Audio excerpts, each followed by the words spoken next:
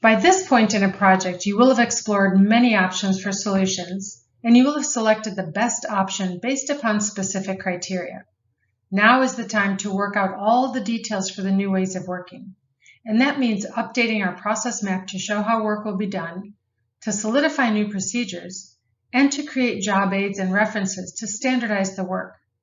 It also means that we have the opportunity to clarify roles to make sure that everyone in the process understands who does what. In this section, we'll also cover some important ways to make sure that your new process isn't full of unpleasant surprises. We'll talk through methods for mistake-proofing and minimizing the risks. With most process improvement projects, the high-level steps in the process may not change. Your SIPOC might look exactly the same because the improvements may only be seen in a detailed process. If your process will be changing at this high level, then you'll need to create a future state SIPOC to document the high-level view of the new process to be.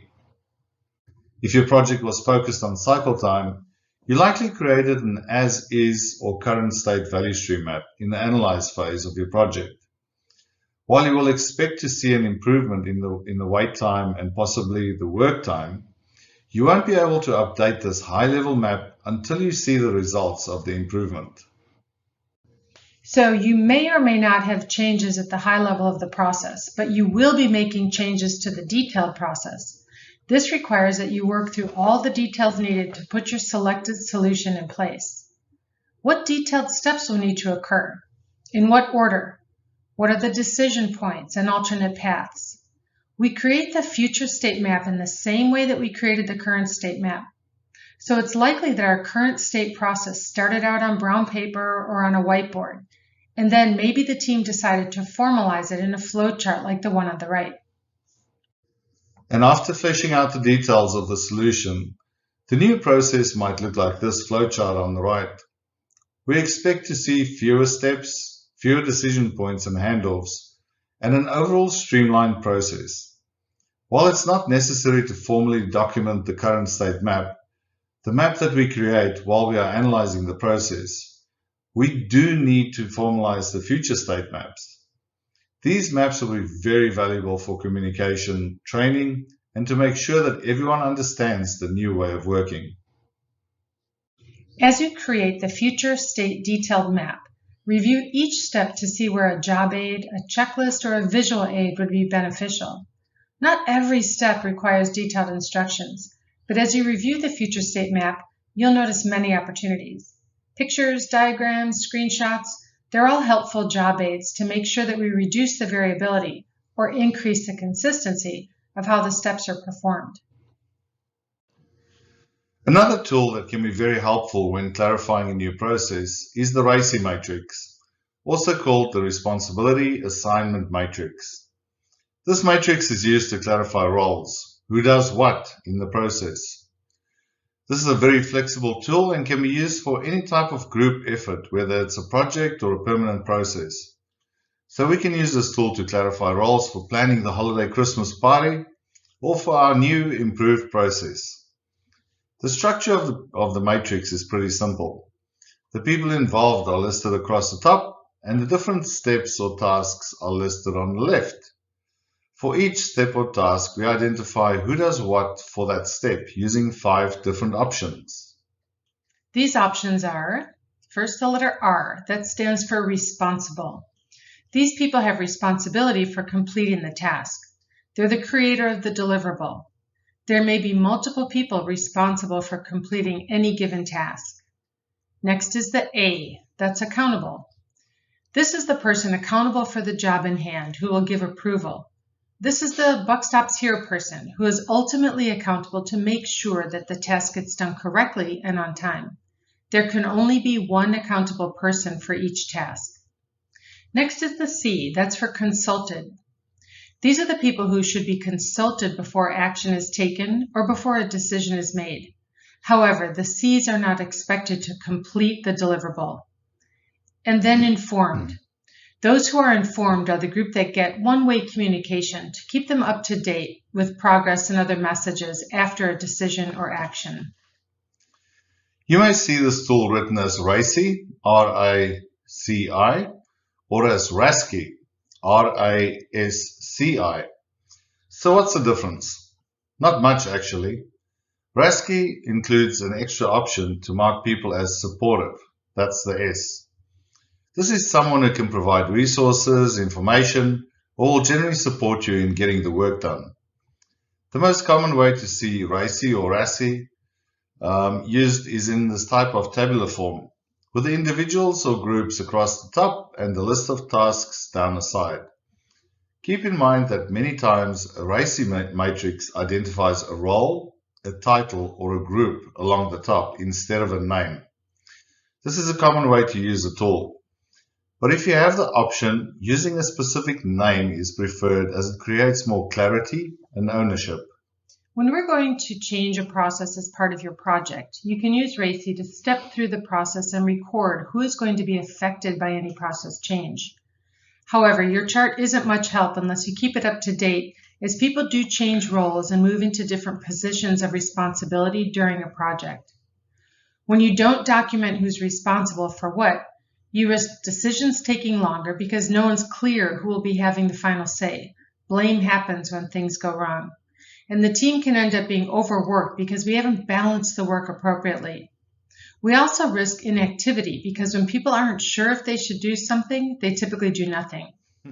So reviewing the RACI, we can look across each step to make sure that there's an A and at least one R for each task. And we can look at each person or group and ensure that their workload is balanced. Sometimes you'll see that one person is an R and A for every task, and others are solid I's. If there's a person or group that's solid I's, hey, just let me know how that goes. We might want to reconsider their role. And in your workbooks is a 1-point lesson for the RASCI matrix. Just like with many other tools, it's only useful if you actually use it. So it's important to get agreement and approval on the roles, and then keep them updated to make sure that the information stays relevant. One of the techniques that comes to us from lean manufacturing is called mistake proofing, also known as poka-yoke. It has become one of the most powerful work standardization techniques and can be applied to any process. The idea is to prevent errors and defects from happening in the first place. The term poka-yoke, actually pronounced poka-yoke, was coined in Japan during the 1960s by Shigeo Shingo, an industrial engineer at Toyota. Actually, the initial term was baka-yoke, meaning fool-proofing, but was later changed because of the term's dishonorable and offensive connotation. Poka-yoke means mistake-proofing, or more literally, to avoid inadvertent errors. Mistake-proofing ensures that the right conditions exist before a process step is executed in order to prevent defects from occurring in the first place. If it's not possible to prevent the error, then we work to detect and eliminate defects in the process as early as possible. So the whole purpose is to eliminate product defects by preventing, correcting, or drawing attention to human errors as they occur. Some examples of mistake proofing are required fields on a form that won't let you go forward with missing or invalid data entered, or an automatic shut-off on an iron. If it's not moving for a certain number of minutes, the iron shuts off automatically, and a push-button car ignition that doesn't work unless you have your foot in the brake. The value of using mistake proofing is that it helps people and processes work right the first time, which make mistakes impossible to happen. These techniques can significantly improve the quality and reliability of products and processes by eliminating defects. Once your new process map has been created and job aids and roles have been solidified, the team can walk through the map step by step and determine where mistakes are likely to happen, and to create ways to prevent those mistakes from occurring.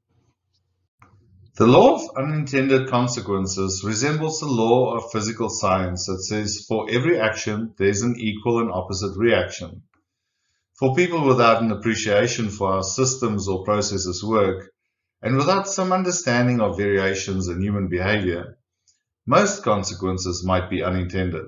Well said. The law of unintended consequences says that every change, no matter how well intentioned, generally comes with unexpected results that can overshadow the main goal. That's happened a few times to me. These unexpected results can be good or they can be bad. We can look to Europe for a nice example of an unexpected benefit. There used to be many royal hunting grounds that were in the most beautiful parts of the country. These grounds were maintained to perfection and undisturbed by developers. Now the majority of these grounds are now national parks. Because of how they were chosen and cared for, it was a very easy transition. Another example of an unintended benefit is aspirin, which was originally created to reduce fevers, but then it was found to have the benefit of reducing the ability of blood to clot, resulting in a reduction of heart attacks and strokes. It's actually more common to run into unexpected problems, though. When my kids were small, they were good swimmers, and when we went to the public pool, I allowed them to swim with their little arm floaties or water wings in the deep end of the pool. Some of the other parents complained, and they got the pool to create a new policy that said, no kids with water wings allowed in the deep end. So my kids figured that one out quickly. They just pulled off their floaties and jumped in the deep end. Human behavior is a strong thing, and people will find a way to get around policies and procedures if needed. Another few examples of unexpected problems are when government increases the number of regulatory hoops a company has to jump through to bring new life-saving drugs to market, it actually reduces the number of new drugs reaching your hospital or doctor. In the name of slowing down cars for traffic safety, wide neighborhood streets will not be allowed. However, the new narrow streets also slow down the fire trucks. And a proposal to make air travel safer for babies would require built-in child seats to be added to all commercial airplanes. The cost, estimated at over $1 billion, would result in an increase in the cost of air travel. This increase would cause more families to choose driving instead of flying. A much greater percentage of deaths result from auto travel than air travel. The end result of this proposal, if put in place, would be an overall decrease in the safety of children. In order to avoid unexpected problems with our new solution, the team should talk through the new process, looking for any places in the process where human behavior might take the process in an undesired direction. Actively involve the people who will be doing the work in the development of the solutions. During the piloting and implementation of the solution, we'll continuously monitor the process for problems or workarounds that are developing so that we can address any issues as quickly as possible. So in this section on designing the future state, we have covered creating or updating the new process map. We've added visual aids or job aids where needed. We've clarified the roles with the RACI matrix. We've gone through the map and added mistake proofing where possible, and we've thought through the potential unintended consequences to avoid any unhappy and unintended consequences. This is the time for you to pause the video and go through your workbook again.